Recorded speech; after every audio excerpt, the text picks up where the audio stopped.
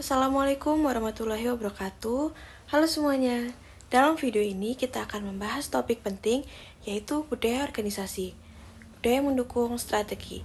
Kenapa penting? Karena strategi yang hebat tidak akan berhasil tanpa budaya organisasi yang mendukungnya.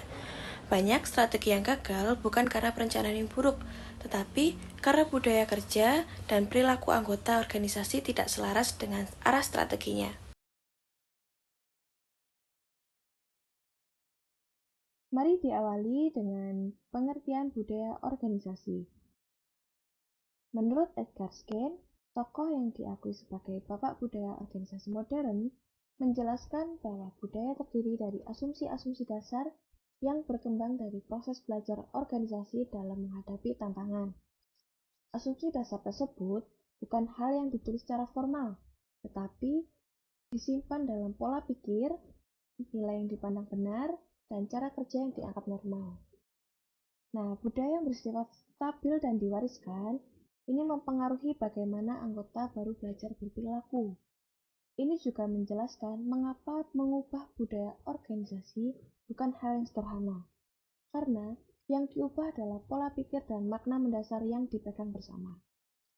Nah, contohnya, keterbukaan dan inovasi memberikan gambaran nyata bahwa budaya yang sehat dapat mendorong ide-ide baru. Tapi sebaliknya, budaya yang kaku menimbulkan ketakutan yang akhirnya menghambat perubahan dan kreativitas.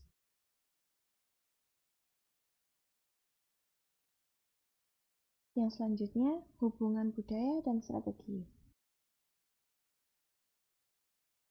Nah, menurut Jason, Scholes, dan Whittington, budaya adalah lem perekat yang menyatukan perencanaan strategis dengan implementasinya. Hal ini berarti strategi tidak akan berjalan apabila tidak disertai norma dan perilaku yang mendukung. Misalnya, strategi yang menekankan inovasi itu membutuhkan budaya yang mendorong keberanian untuk mencoba hal baru, menerima kegagalan, dan mendukung kreativitas. Jika budaya organisasi justru menghukum kegagalan, menerima kritik, atau mengutamakan prosedur yang kaku, maka strategi inovatif tidak akan pernah terlaksana. Oleh sebab itu, ada konsep strategi alignment, yaitu keselarasan antara budaya dan strategi. Nah, keselarasan inilah yang menentukan kecepatan organisasi dalam menjalankan rencananya. Contohnya, perusahaan yang ingin inovatif tapi takut gagal adalah bentuk nyata dari kultur strategi mismatch yang sangat umum terjadi dalam organisasi saat ini. Selanjutnya, ciri-ciri budaya yang mendukung strategi. Menurut Kotter dan Hesker tahun 1992, yang menemukan bahwa organisasi dengan budaya kuat itu cenderung memiliki kinerja jangka panjang yang lebih baik. Nah, budaya strategi tidak hanya kuat, tetapi juga harus adaptif. Artinya, budaya mampu berubah sesuai tantangan lingkungan. Nah, ada 5 ciri yang merupakan fondasi budaya yang memungkinkan strategi ini berjalan. Yang pertama, berorientasi pada tujuan dan visi. Jadi, semua aktivitas itu diarahkan pada pencapaian visi, bukan sekadar rutinitas. Yang kedua, terbuka terhadap inovasi. Organisasi harus mampu beradaptasi terhadap perubahan teknologi, pasar, atau kebijakan. Yang ketiga, kolaboratif. Kolaborasi mempercepat koordinasi dan meminimalisasi konflik antar unit atau antar anggota. Yang keempat, tanggung jawab.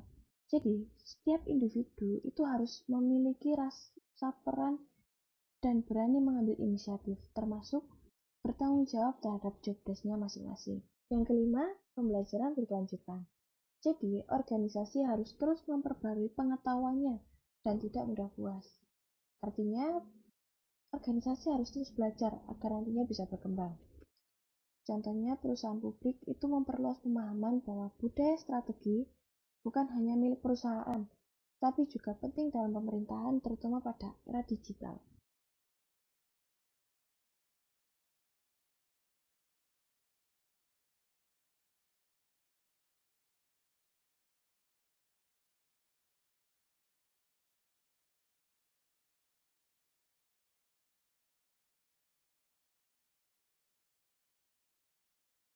Ada dua contoh kasus nyata. Yang pertama dari PT Telkom Indonesia.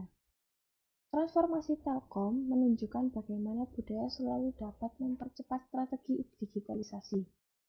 Nah, dengan adanya The Telkom Way, bukan hanya slogan, tetapi juga sistem nilai yang mengubah cara pegawai bekerja, berkolaborasi, dan mengambil keputusan. Nah, nilai-nilai seperti integritas, antusias, dan totality menjadi fondasi perilaku yang mendukung transformasi digital. Yang selanjutnya ada dari pemerintah kota Bandung pada era Ridwan Kamil. Bandung ini menerapkan konsep Smart City yang mengintegrasikan layanan publik berbasis teknologi. Nah, keberhasilan ini tidak hanya karena teknologi saja, tetapi karena budaya kerja ASN yang didorong untuk kreatif, responsif, dan berbasis data. Nah, inisiatif seperti Command Center dan Lapor membuktikan bahwa budaya dapat menghasilkan inovasi layanan publik.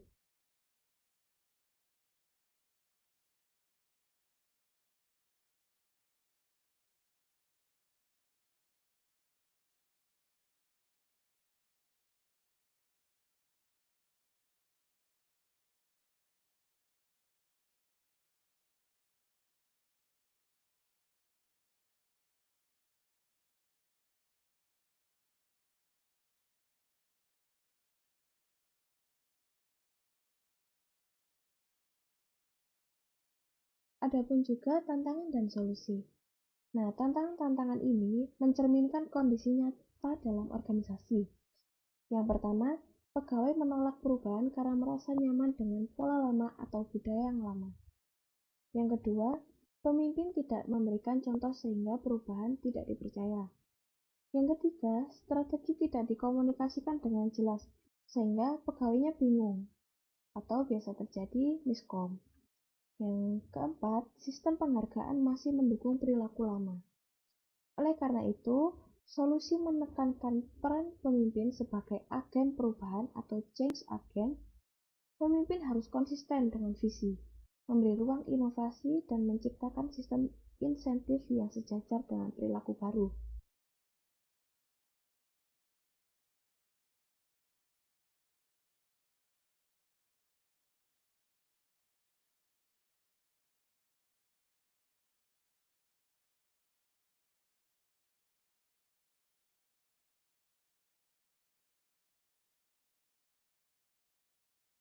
Penutup dapat disimpulkan, budaya organisasi dan strategi harus berjalan searah. Budaya yang kuat akan mempercepat keberhasilan strategi. Seperti kata Peter Drucker, culture eats strategy for breakfast, yang artinya strategi sehebat apapun akan gagal kalau tidak didukung dengan budaya yang tepat. Mari kita bangun budaya organisasi yang inovatif, terbuka, dan berorientasi agar strategi yang kita buat benar-benar menjadi kenyataan. Terima kasih telah menyimak. Ada pertanyaan? Silakan lanjut di kolom komentar.